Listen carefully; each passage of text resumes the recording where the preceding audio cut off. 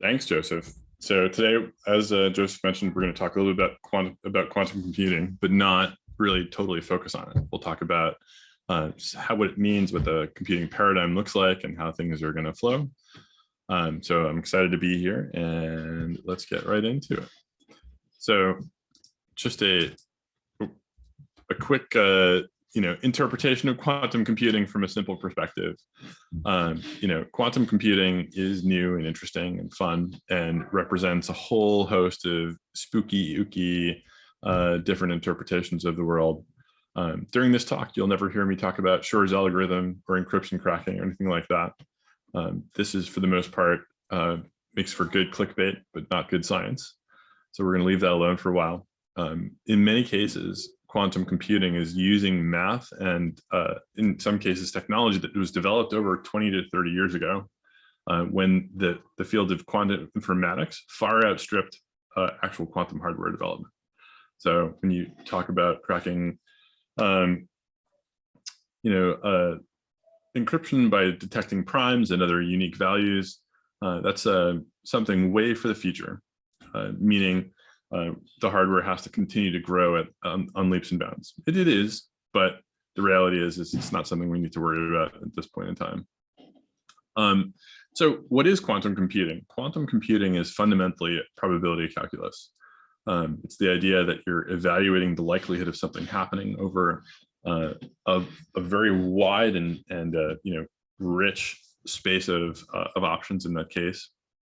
And it's much more than just the superposition of 1 and 0 and duality and Schrodinger's cat.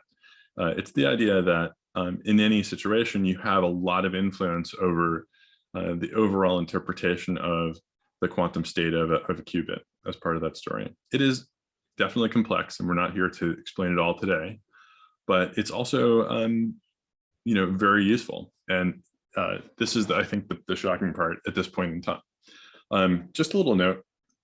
We're in what we think of as the noisy intermediate stage of quantum systems, or the NISQ era, where when you run a quantum system, it's subject to a lot of interference. And interference for a quantum system can be something as simple as light or heat or any sort of radiation.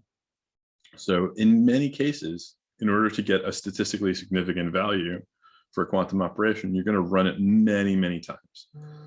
So it does take a lot more effort to get, in some cases, similar results to a regular, or what we call a classical computer, as part of the story. There are many quantum computing architectures that you can use as well. Joseph's injunction, or what you would think of as superconducting super cold qubits, are the one we use. And each of them has a different level of advantage or disadvantage overall. Joseph's junctions are very compatible with normal electronic architectures at this point, because they're based on essentially taking two electrons and smudging them together and getting them close, and then creating a superposition between the two as part of that story. But they're very susceptible to radiation, which is why you have to keep them at a very low temperature at the bottom of something called a distillation refrigerator at close to 15 millikelvin. Not just Kelvin, millikelvin, which is significantly cooler than space itself overall. So that's interesting. There's ion trap, which is the process of inducing an ion to enter a superposition between two atoms. And it is really reliable and connects very well with other ion trap qubits. And maintains its state, or what we think of as coherence, for a long time. In fact, much longer than Joseph's injunctions. But its downside is it is slow. It takes a while to perform an operation, and even though your coherent state is much longer, ion trap, even with its connectivity advantages, has trouble with things that are with certain types of algorithms that are what we think of as variational. Photonic qubits are amazingly fast, but they also have some of the lowest coherence times possible. So you have to build a quantum state, perform an operation, and get a result and read it at the speed of light, which is a pretty serious bar to hit. So it's great for things like quantum communication, So being able to do things like do quantum key sharing, a really interesting subject that I'm not going to touch on today, but it's definitely part of that story. And it can be used today for very interesting applications in those areas. There's also what I would think of as a little bit more exotic types of qubits. So nitrogen vacancy. So actually little gaps in diamond that contain nitrogen bubbles are a place where you can absolutely, you can actually create a superposition and operate things on that level. Sorry, 2 seconds. Oh my God. Apologize, I'm going to be right back. I have an emergency here. So sorry, that was problematic. Apologies. So yeah, these nitrogen vacant qubits are really good for sensing applications because they're by far some of the slowest qubits if possible. So they're very sensitive and they're used for things like operations that relate to squids and other obvious sensing scenarios. Majoranas and topological qubits are pretty interesting, but they are also not completely proven out yet. There's many cases where this is a scenario where you're using a different form of vacancy to create a superposition to operate on in this case. So we're seeing a good bit of overall flow in this situation. And then just for reference, on the right of the screen there, you're seeing an X gate in something called a block sphere. This block sphere is a way to represent the complexities of quantum space. This X gate is what we call just putting a qubit into what's called a coin flip state, where you're taking the overall spin up, spin down on the z-axis and just flipping it over as an example. But there's a lot of other axes and operations that go into that package as part of that story. And in many cases, a lot of other operations will operate in other axes as part of that story. So all of them potentially affect this overall map of probability that's part of this story when we're looking at it. So that's the fastest version of quantum computing I think you're probably going to get. Let's talk a little bit about use cases overall. There's really what I would think of as 3 main focal areas of application today in quantum systems. We're talking about optimization, simulation, and the beginnings of applications in machine learning as part of the story as well. So what does that mean? In optimization, whenever you have a closed system and you're looking for a local minimum, there's lots of opportunities to use things like eigenvalue driven optimizers, quadratic unbound binary optimization, max cut and routing. Think traveling salesman, for example, in this case. And that gives you a tremendous amount of flexibility in these pieces. Now, one of the things to note about quantum computation is we don't have that many qubits, and it's very hard to encode classical information in these qubits. So you're always looking for a statistical representation of your data more than you are looking to load your data the same way you would with a classical machine learning stack as part of that story. So your optimization goals are typically centered around that sort of flow. Simulation, when I'm talking about simulation, I'm typically talking about molecular simulation. The wonderful thing about representation of a qubit is it is usually represented by something called a Hamiltonian, which is a combined equation that describes the energy state, both potential and kinetic, if you will, of a system without loss. And that is also how we generally describe the energy state of an atom overall as well. So that analog and that facility, by no mistake, gives us a good capability to look at different properties overall of molecular systems.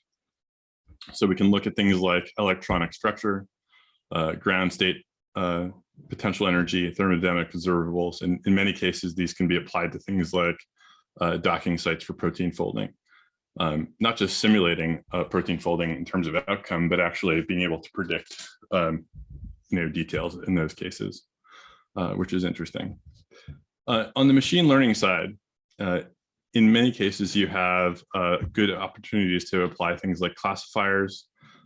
Simple, one-pass neural networks are pretty well in hand on the quantum side, although, again, we're faced with the same type of problem in terms of total capacity for input.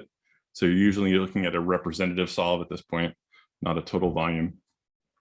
And usually this is accomplished by, using the kernel trick. So just for a quick refresher, on the bottom right, you're seeing a distribution of data that if you were to draw a line or even potentially another curve through it in a two-dimensional space, you would have a whole lot of trouble separating the data and coming up with an appropriate classification. By moving into a higher dimensional space in the right side, you're seeing that there's a clear differentiator and an ability to bound an appropriate space using that kernel trick. In classical machine learning, you're using higher dimensional feature space to represent this, which is an age-old method to define things. In that case, what we're doing when we're doing a quantum kernel is we're actually plotting that in a quantum space, in Hilbert space actually, and that's a probabilistic feature space, if you will, more than it is necessarily an actual higher dimensional feature space in an n-dimensional model. So same type of application, but very different interpretation of how things work as part of that story. It's important to note that in many situations, the types of algorithms that you run on the quantum system start with an initial guess, or what's called an ansatz, which is a scenario where you're not just looking for an appropriate match or solve, as you might in an optimization problem, but you're actually iterating or varying the inputs to converge on a value. And this creates a pretty serious loop in terms of the amount of work that has to be done in order to solve some of these problems. That, combined with the fact that we need those iterations to differentiate between noise, depending on the depth or capability of error correction that you have available, means that this is a highly cyclical flow for any sort of problems that you're planning to solve with a quantum system overall, from that perspective. So there's lots of operations to essentially achieve a single result. There are things like oracles, which we'll talk briefly about as well, that don't actually need many operations to converge on a value. They need some to essentially get the statistical significance, but that's a different story. And they're quite neat in their own right as part of that. But we'll talk briefly about that as well. So what does an interface between a quantum and classical system look like overall? It looks a bit like a notebook REPL connecting to an execution kernel and calling out to a remote piece of quantum hardware. In a typical user environment, which is in many cases things like a Jupyter notebook, you're loading up a local runtime. You are building a circuit and gate-based state that represents the problem and the data you're encoding. Because if I didn't mention it before, quantum systems have no QRAM. They rely on classical systems or traditional computers for any sort of persistence outside of execution itself.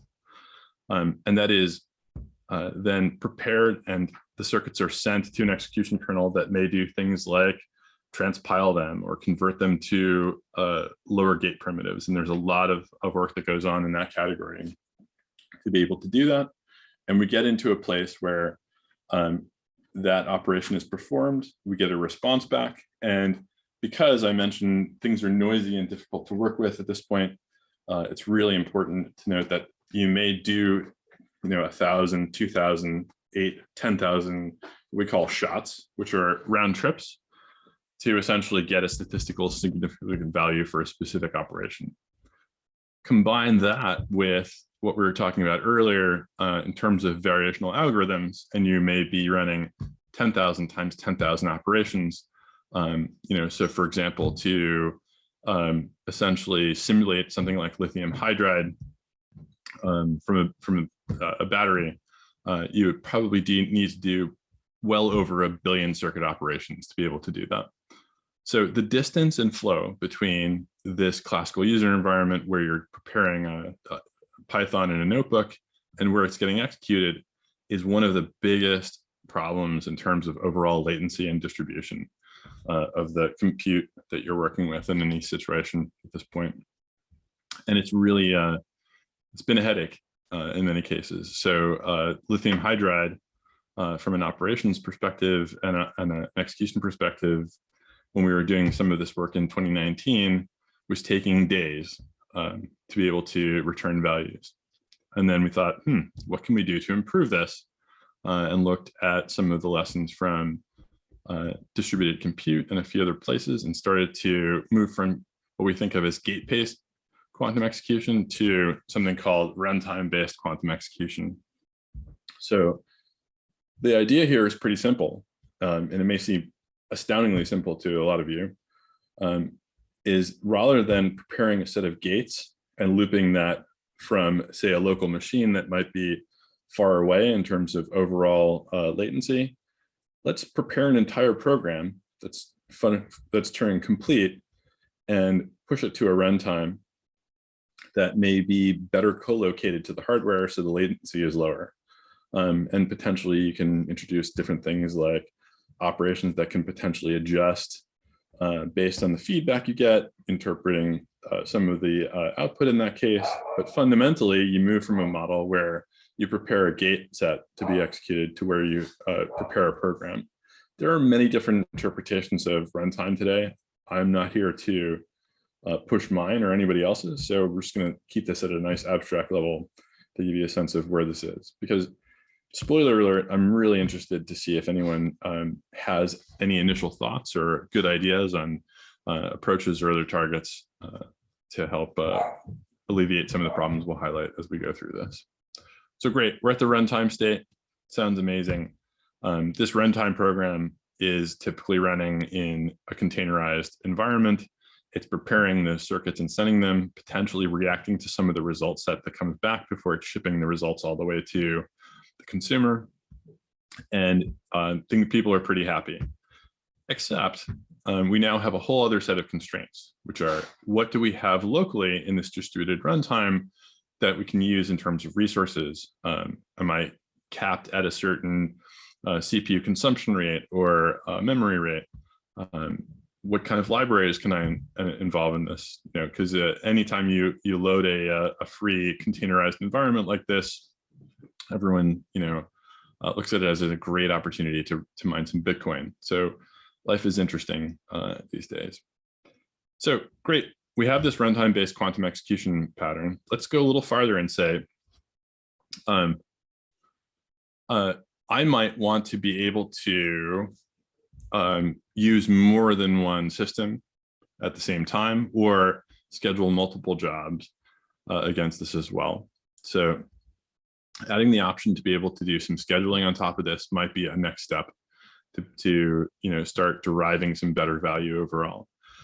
Quantum hardware is scarce, so the idea of having two systems to work with together sounds ideal, until you realize that you really can't send the same workload over and over to different systems, because I mentioned these things are noisy. There's lots of error. That also means that calibration is really important to the outcome that people are going to the outcome of the execution that you got in play today. So that means that in many cases, if I sent job A to one piece of quantum hardware and job A again to another piece of quantum hardware, I would get somewhat varied responses from both of those cases, and would have to essentially build a model of statistical delta between those two calibration regimes in order to be able to combine the results, which in many cases can be more computationally intense than just doing it on one system at this point. So we're still working that out, is the short version of it. So that makes sense, and we're kind of flowing forward in terms of what that looks like. Let's go to the next level. Whenever you're working with a quantum system today, you typically don't immediately go and run it on quantum hardware. You might start with a very simple state vector simulator for a quantum system that's based on, at the core of it, ordinary differential equation based modeling of quantum waveforms, and use that to get a noise-free interpretation of your program or your circuit set as part of that story. And you at least have a read that says, I know this thing is going to potentially work, and I can move forward. You might then run it again on a noise-based simulator that actually adds noise to the equation to see if it's feasible in a scenario where you have to get to a statistically significant value and can afford the noise, or you have to do some optimization. You can continue flowing on that result and keep going. At which point you might want to say, great, I have quantum hardware, so the next thing I'm going to do is go pick that up and ship that same job over and execute it there. Or, depending on where you are in your overall requirements, you can relax it and continue running on the simulator. So cost-based scheduling starts to introduce some nice upside in terms of what that looks like too. This is, again, kind of the next level of where we want to go with stuff. Today, you would be doing this manually, but the algorithmic workflow options here are pretty boundless. So another way to look at this is to talk about cost-based scheduling and optimization of classical resources. So in these cases, you may not be bound, especially if you're on something like superconducting hardware of the quantum circuit speed. You might be bound potentially by the distributed compute that's available in this case. So you may want to offer an opportunity to run some of the classical operations in your distributed runtime on, say, a captive HPC cluster if you have a lot of money. If not, potentially cloud CPU or GPU resources as part of that story as well, in that case. So yet another option in terms of growth in the optimization and of the overall scheduling targets that you're working with in this case, that's available. You may do that again through a balance of cost-based scheduling on different types of quantum hardware. You may go for a higher qubit volume or a longer coherence time or a faster system, depending on what's available to you.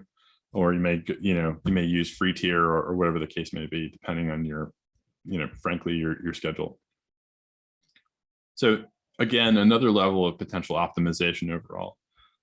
And that cost-based analysis is not different than potentially what you might do today, running a machine learning model and choosing between CPU and GPU depending on your overall priority and essential value of the computation that you're running in that case. So think of this quantum as yet another scheduler or optimizable method of completing work. In many cases, this is in fact how we present quantum for things like quantum machine learning as potentially a PyTorch accelerator that you can submit work to as part of that story. And now it's really kind of moving in that direction. So to go a little farther, what if you're in a situation where you want to potentially optimize not just between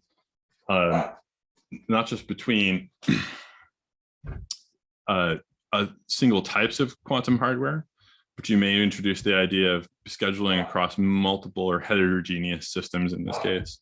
So if you're running variational algorithms, it would make sense to run on superconducting hardware. If you're running oracles or other operations that are local in that context, scheduling them on ion-based systems is absolutely reasonable as well as part of that story. So there's, again, another whole host of options in terms of overall scheduling and execution. We're doing a lot of work with some pretty familiar characters overall in terms of looking at this workflow in general. Some of the early approaches have been using straight off the shelf ML based tool sets. More recently, we're doing a lot of work with Ray, and as well a lot of our compatriots are too. And looking at cases where we really want to start taking in HPC, quantum, CPU and GPU as an overall scheduling problem to be solved in a single DAG that can be executed at any given time, which gives us a lot of strong options to start to look at really taking advantage of the parts of quantum and the other parts of different specialized execution contexts that make sense at the given time in a computing pipeline. So I think it's important to note, now that we've talked about where we're going with this in terms of its total integration, that this is similar but very different. I hear often that everyone is expecting, a Moore's law type growth pattern to quantum adoption and technology, but it's really not. It's not a great analog. This really isn't a repeat of 1940 for some pretty obvious reasons. One is, qubits hold significantly more information. They're much more information dense than classical bits. So you're doing different operations with different goals fundamentally, and that really changes how we're approaching things and where we're going. So it makes sense. We were not connecting transistors to an analog internet in the last century when we were working on this. We have a lot of amazing advances in terms of cloud technology and overall informatics that we can draw on as we combine these novel technologies together. And it's also important to note that the math we're using, the quantum informatics that was developed over, I think it's 30 to 40 years ago, really, when it comes down to it. So the theory far outstripped the practicality and was thought of and worked on for a very long time as part of that. And hardware and software trajectories can be both similar and completely orthogonal. One of the things, for example, you can do with a quantum computer very early on in its life cycle is parallelism on the chip itself, either through partitioning or scheduling, which is not something you could ever think about in an electronic context overall. So it's really been interesting. And then there's fascinating, key differences. So the circuit you're seeing below is actually something called a Deutsch-Jozsa oracle that you can use to reveal key facts about functions by not just putting in the inputs, but using that n-silo qubit at the bottom to look for change state through the entangled qubits that people are operating on in this case. So there's lots of flow in terms of what that looks like and how it works. And it really looks like a positive spin overall. But there's lots going on there. Second, the other novel approach that I think is interesting is you doing what I'm started to call quantum MapReduce, which is the idea that you could take maybe not two different quantum systems, but potentially two quantum systems of smaller size to operate on larger data space to do things like perform simulations operations and a few others.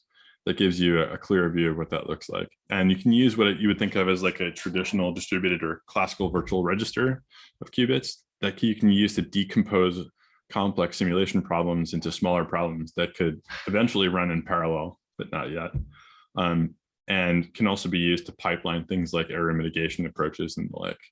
So long story short, we can simulate larger things faster with these. And it's very interesting to see some of these things being developed in parallel or adjacent to some of the techniques like we take for granted every day, like fan in, fan out, from that perspective. The other thing that's happening right now is we've talked a lot about gates and runtimes. We're just starting to think clearly about the idea of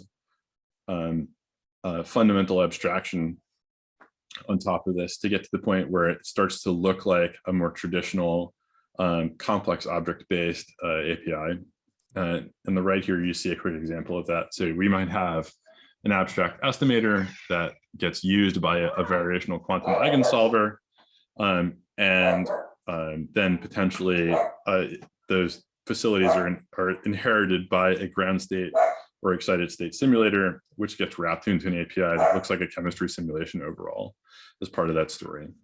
We're not there yet, primarily because of those differences I've talked about already.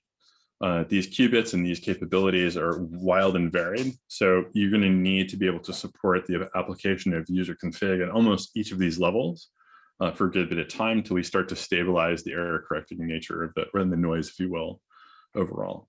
But once you have that abstraction, it gives you lots of options to do things like apply optimization for heterogeneous or hybrid hardware, look at that single DAG scheduling of classical and other resources, and really pull together a pretty interesting view of a combined quantum plus classical regime for computation. So in summary, there is a ton of interesting and yet unsolved problems in quantum. And I'm not talking about just hardware. I'm talking about how the software is to work and where it's to go. And it's really a fun area to play with overall, at least in my opinion. And really, there's a lot of capability to exploit even today, especially when it comes to scientific simulations for materials discovery or drug discovery, molecular simulations for protein folding and the like. So we're really seeing some interesting opportunities there. And it's, in many cases, it's about some engineering that needs to be done to set it free. And again, it's not all as it seems. It is simultaneously not as useful as something like an encryption cracking toolkit based on Shor's algorithm, but there's a lot of very fun stuff going on in the space. And I thought I'd share it with you today.